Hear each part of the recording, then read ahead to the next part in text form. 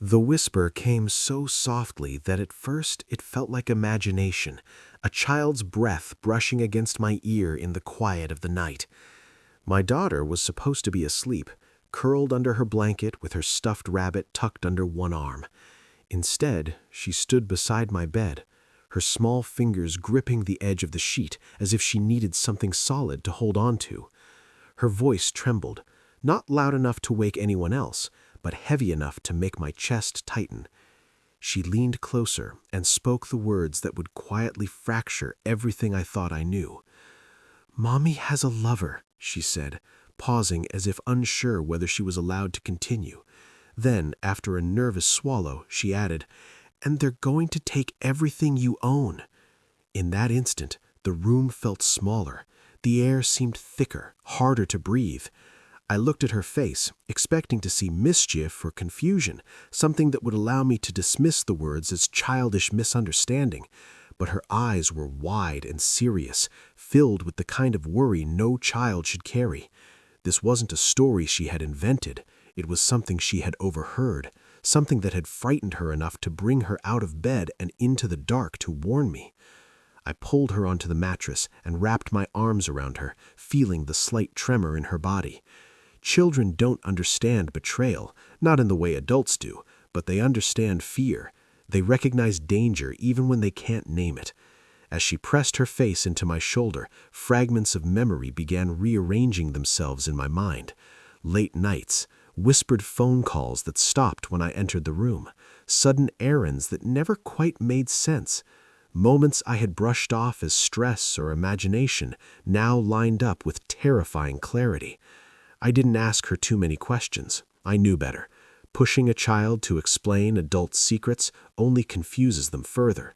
Instead, I listened as she slowly told me what she had seen and heard in pieces, like a puzzle she didn't know how to assemble. A strange man in the car sometimes, hushed conversations about houses and papers, the word lawyer spoken with a laugh that didn't sound kind. She didn't understand the meaning, but she understood the tone. It scared her. As she spoke, something inside me shifted. The marriage I thought I was protecting, the peace I believed I was maintaining by ignoring small signs, suddenly felt like an illusion I had been clinging to. And the most painful part wasn't the idea of betrayal itself. It was realizing that my daughter had been living with this knowledge alone, carrying a secret too heavy for her small heart. When she finally fell asleep in my arms, her breathing evening out, I stared into the darkness and felt a calm settle beneath the shock. Not peace, clarity. The innocence of a child had cut through years of denial in a single whisper. Whatever was happening behind my back, whatever plans were being made, I now knew one thing for certain.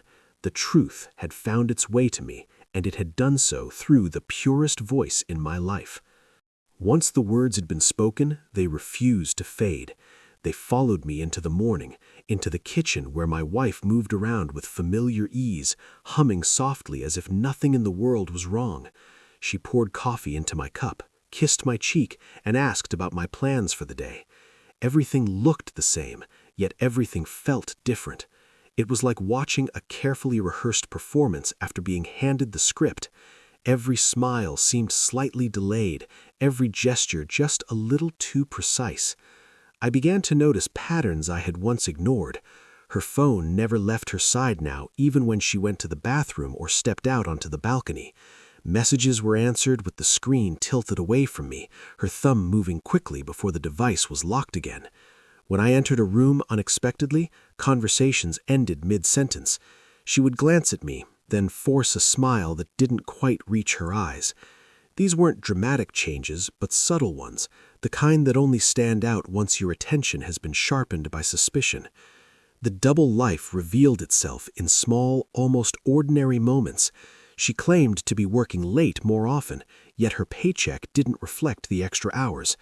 On weekends, she invented errands that took her across town, always returning with nothing tangible to show for them. Once, when I asked casually where she had gone, she hesitated for half a second before answering. That pause, barely noticeable, felt louder than any confession. It was in that silence that I began to understand how long this had been going on. At night, lying beside her in bed, I felt the distance between us more sharply than the inches of mattress could explain. She turned away quickly, as if sleep had claimed her the moment the lights went out. Her body was there, warm and familiar, but her thoughts were somewhere else entirely. I wondered how often she lay there texting someone else while I slept, building a world that didn't include me. The idea wasn't just painful, it was disorienting. I questioned my own memories, wondering which moments were real and which had been shared with someone else in secret. What hurt most was the ease with which she switched roles. Wife, mother, lover, planner. She wore each mask so well that even now, knowing what I knew, I struggled to reconcile the woman in front of me with the one my daughter had unknowingly exposed. There was no visible guilt, no hesitation in her routine. That told me this wasn't a sudden mistake or a fleeting affair. It was something established, something she had grown comfortable hiding. I realized then that betrayal doesn't always arrive with explosions and shouting. Sometimes it lives quietly inside everyday life, feeding on trust and routine. The danger wasn't just the affair itself, but the control it gave her, the power to rewrite our shared reality while I remained unaware. As I watched her laugh at something on her phone, I understood that I was sharing my home with someone who had already emotionally moved out, leaving behind a version of herself meant to keep me calm, blind, and unsuspecting. The more I observed, the clearer it became that this betrayal was never just about stolen affection. Love alone didn't explain the careful secrecy, the coded conversations, the way documents disappeared from my desk only to reappear neatly filed days later. There was intention behind it, a structure that felt colder than passion. One evening, while pretending to watch television, I listened as she spoke quietly on the phone in the next room. She didn't say names, but words like timing, transfer, and after he signs floated through the wall and settled heavily in my mind. I began checking things I had trusted for years without question: bank statements, property papers, insurance policies. At first glance, nothing seemed wrong, but when I slowed down and compared dates, patterns emerged. Accounts had been opened that I didn't remember authorizing. Small amounts of money were moved regularly, never enough to raise alarms, but consistent enough to form a steady drain. It was like watching sand slip through fingers, almost invisible until you realized how much was gone. What terrified me wasn't just the money, it was the realization that I was being positioned, gently and patiently, into a corner. Conversations about updating documents suddenly made sense. Her casual suggestions about putting assets in joint names, her sudden interest in what would happen if something went wrong, all of it felt different now. These weren't loving discussions about our future, they were rehearsals, preparations. The most chilling moment came when I found a folder on our shared computer hidden beneath layers of innocently named files. Inside were scanned documents, legal notes, and email drafts that had never been sent. I recognized my own signature on some of the papers, digitally copied and placed where it didn't belong. My hands shook as I scrolled, not just from fear, but from disbelief. This wasn't impulsive greed, it was methodical. Whoever her lover was, he wasn't just waiting in the shadows for her affection. He was advising, guiding, helping her map out how to take everything I had built. I thought about my daughter then, about the fear in her eyes when she whispered that warning. She hadn't understood the details, but she had sensed the threat. Children notice tone before content, danger before explanation. The idea that these plans were being discussed openly enough for her to overhear filled me with a quiet rage. It meant they were confident that I was clueless, confident that I wouldn't see it coming until it was too late. Every shared memory began to feel compromised. Holidays funded by money that might have been quietly redirected. Conversations where she assured me of us while actively planning my undoing. The betrayal cut deeper because it wasn't reckless, it was strategic.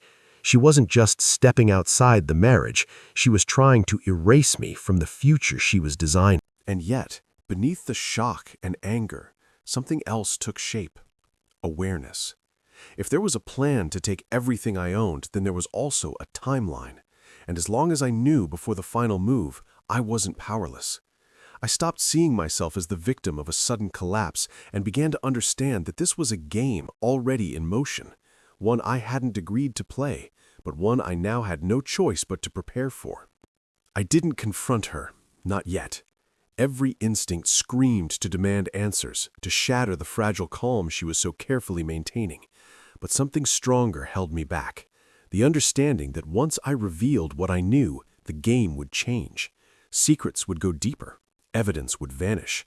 The people planning in the shadows would scatter. Silence, I realized, was my only advantage. So I became an observer in my own life. I smiled when she smiled. I nodded through conversations about dinners and school schedules. I listened more than I spoke. Every casual remark became a data point. Every sudden mood shift, every unexplained absence, every too careful question about my finances went into a mental record I kept meticulously updated. If she thought I was unaware, she would continue as planned, and that meant mistakes would happen.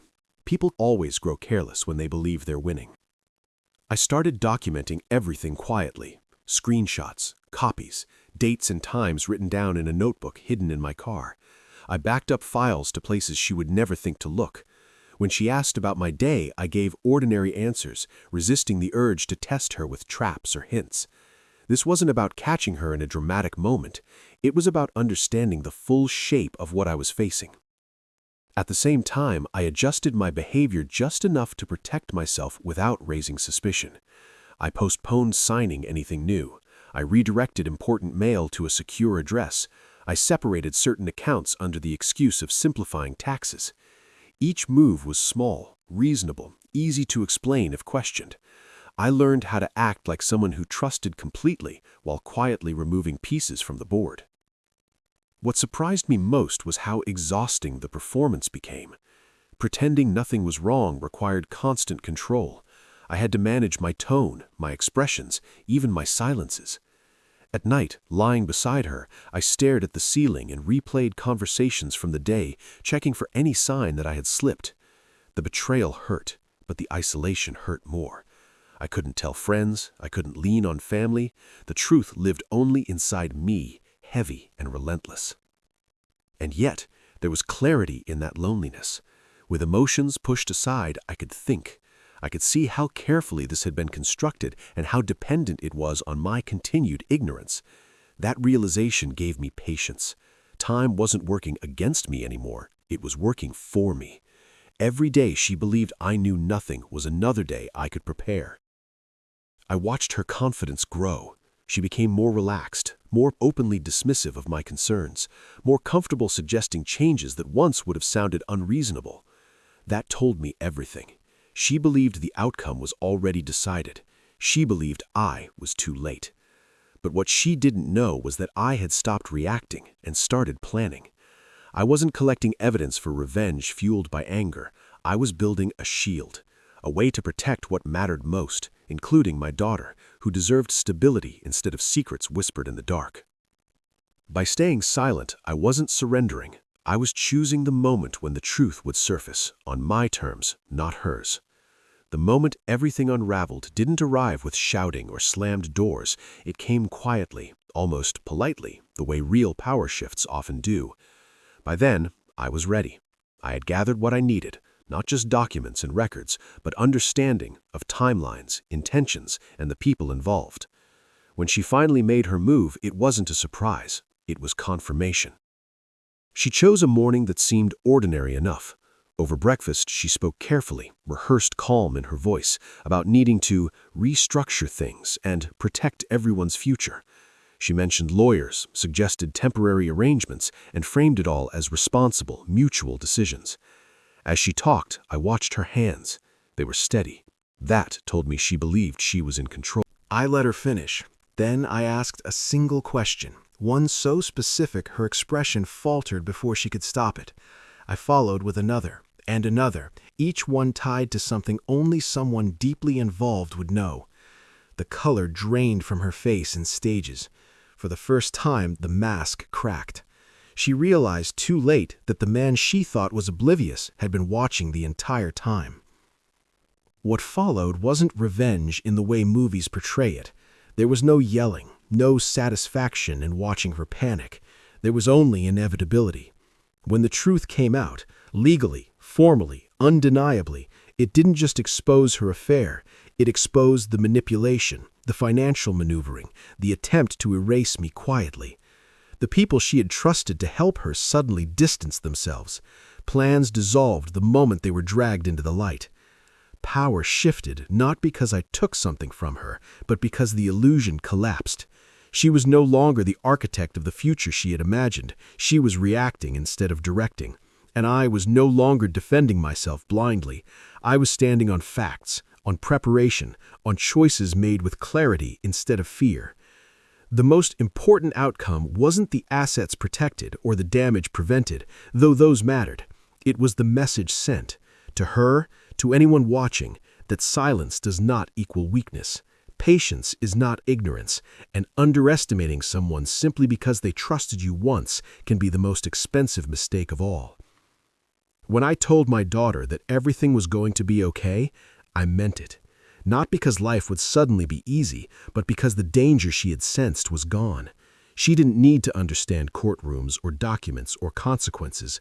She only needed to know that the truth she had bravely shared had mattered, that her whisper had changed the course of our lives. Justice didn't feel triumphant. It felt steady, like ground returning beneath my feet after a long fall. I wasn't rebuilding from nothing. I was reclaiming what had always been mine: agency, dignity, and the right to shape my own future. In the end, the greatest reversal wasn't hers, it was mine. I had gone from being the person secrets were kept from to the one who knew exactly when and how to let the truth speak. And when it did, it spoke loudly enough to end the story on my terms.